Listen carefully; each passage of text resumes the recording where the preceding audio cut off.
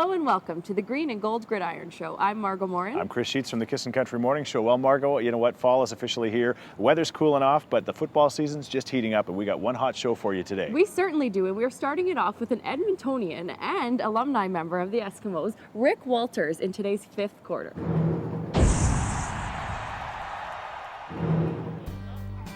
It really was a dream come true. Edmonton's a great place to play football. Growing up, being part of the Knothole gang and being able to play in Commonwealth, you still remember, you know, it was actually, I was playing in Saskatchewan at the time, but his first exhibition game was in Edmonton, and a lot of butterflies, and then being able to sign back as a free agent 5 years later was really an amazing feeling. Everybody should have the opportunity to play at home. I know that even you know, the Eskimo staff now, that they say, you know, one of the things that they'll probably try and do is as free agents, as guys who are from Edmonton, because it is such a great city to grow up in, and then I'm sure everybody who lived here younger want to have the opportunity to come back and play here. We had a great team. We really did have a good team. I would rival that team against any team in the last 10, 15 years. We had guys that probably would have been all-stars on other teams, and they were you know, they bought into the fact that just being you know, a piece of the cog, a role player, was important. When we got to the Grey Cup in Saskatchewan, in our minds, it was a foregone conclusion who was going to win the game. And true to form, we managed to do that. I work for Culture and Community Spirit, and I am the manager for special projects for that department, and which is a great job. I get to see a lot of the special events, whether that be the Olympics, Grey Cups, Alberta Arts Days. So things that within our department that we consider special projects, I get to work on those. I'm really excited about it. It's coaching, you know, you learn a lot from I think you take a little piece of all the coaches that you've had, and I've had a ton of great ones from high school all the way up to the CFL, and you take a little piece of what everybody's kind of taught you over the years, and you try and mold that into who you are. You can't really change your personality, but you try and take a little piece, whether it's Coach Don Matthews or my old high school coach, Don Turlock, and you take all the things that you think that they did really well, and you try and mold them into things that you like, and try and make that into somewhat of a successful process. Like, we have a hammer out, you got to come all the way. It's like you're running at 45.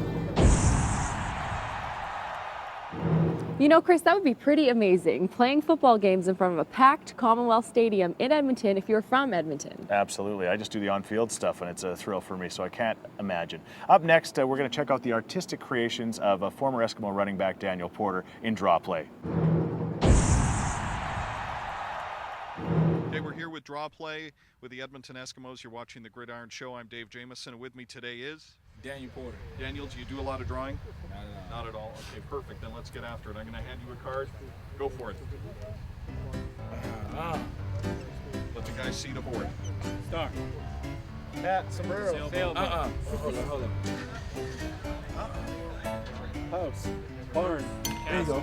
Nicely done. Next card. Well done. What kind of animals go in that barn? Centipede. Wiener dog. Mustache. I know. What is Oh, that? a bench. Yeah, got it. A bench? Cone. Sure. Yeah. It's waving off the card. Oh. Note that. Note that. Cloud. Omelet. Ooh, Oh, it's a ice cream cone. Ice cream cone. You. Daniel Porter may be the winner here. It's early. Squiggles. Black hole. Mountain. Black hole. Cat. Bird. Bird. I didn't want to tell you what that looks like. Key. There you go, guys. There you go. See? Well done. That's look at time. Time is up. Kite. Daniel Porter, thanks for playing Draw Play. Thank you. Chris, you're kind of a rural country guy, right? Absolutely proud of it. And do you ever get the heebie-jeebies at the corn maze that's by your house? You know what? Yeah, I go there all the time, but I've never actually bumped into the heebie-jeebies. What on earth are they? Well, I don't know, but Weldon Brown was really worried about it when him and Rod Williams went to the Edmonton corn maze this week and out of bounds.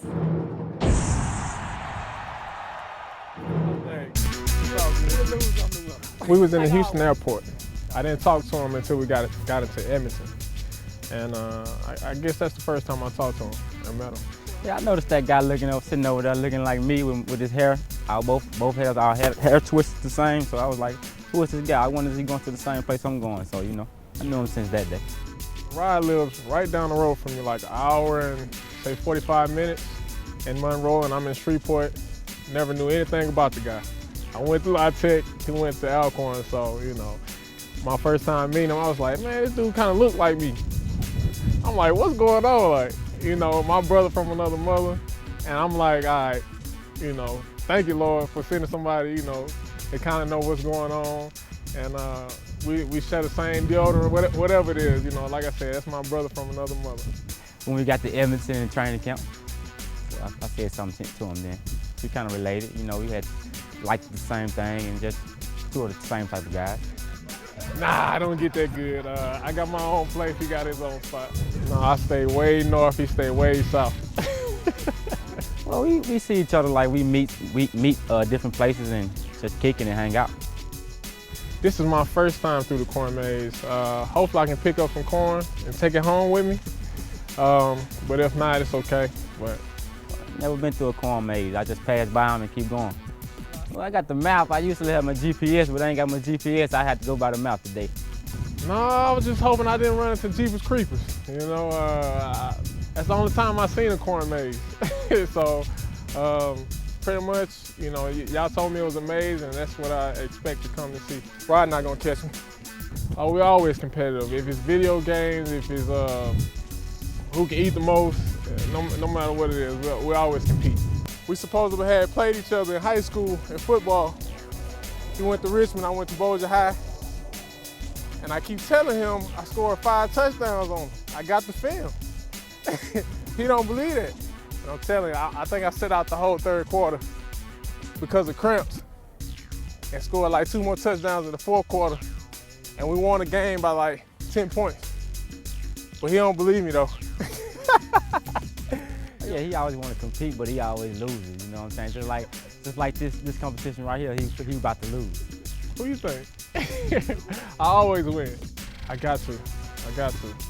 Because when we get in the car and leave, somebody's gonna be talking noise, and it's gotta be me.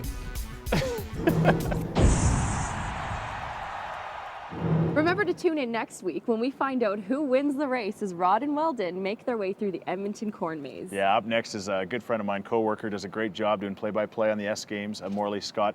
Morley actually went to the corn maze in the spring when it was like that high, and he still got lost. He would. Anyway, let's check out what's new with the Eskimos with Morley's Minute.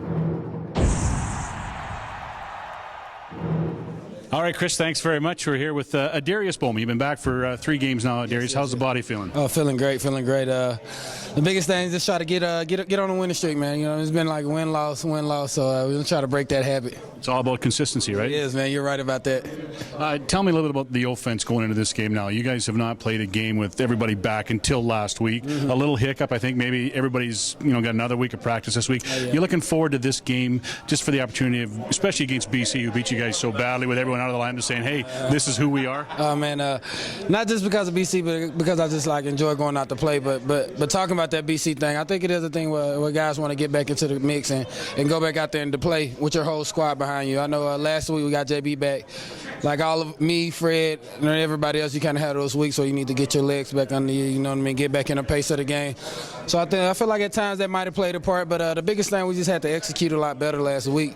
But going into this BC game, man, like I said, we had 1 practice in yesterday and felt great. Guys really went in after the game and critiqued themselves and fleshed out the mistakes that we made. So I think the group's back focused, you know what I mean? And then Coach Cave has been harping on us about keeping the fun in the game, you know what I mean? It's up and down season, long season, guys sometimes want to mope and groan about, but you gotta remember that this is fun. So keeping the fun in the game and just going out there staying focused. You don't strike me as a guy who's any trouble having fun.